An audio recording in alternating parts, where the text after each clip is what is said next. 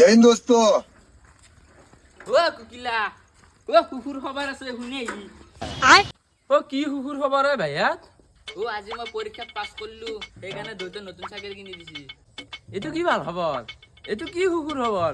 মই যেতিয়া পাছ কৰিছিলো দেউতাই মোক গাড়ী কিনি দিছিল।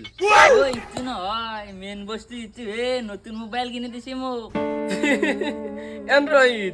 মই যেতিয়া পাছ কৰিছিলো তেতিয়া দেউতাই মোক আইফোন কিনি দিছিল। হে ভাই তই ইমান তৰ্ক কৰি লাভ নাই। ইয়াৰ লগত যি বস্তু আছে সেইটো তোৰ লগতো নাই মোৰ লগতো নাই। কি বস্তু নাই ইয়াৰ লগত? যি বস্তু আছে মোৰ লগত নাই।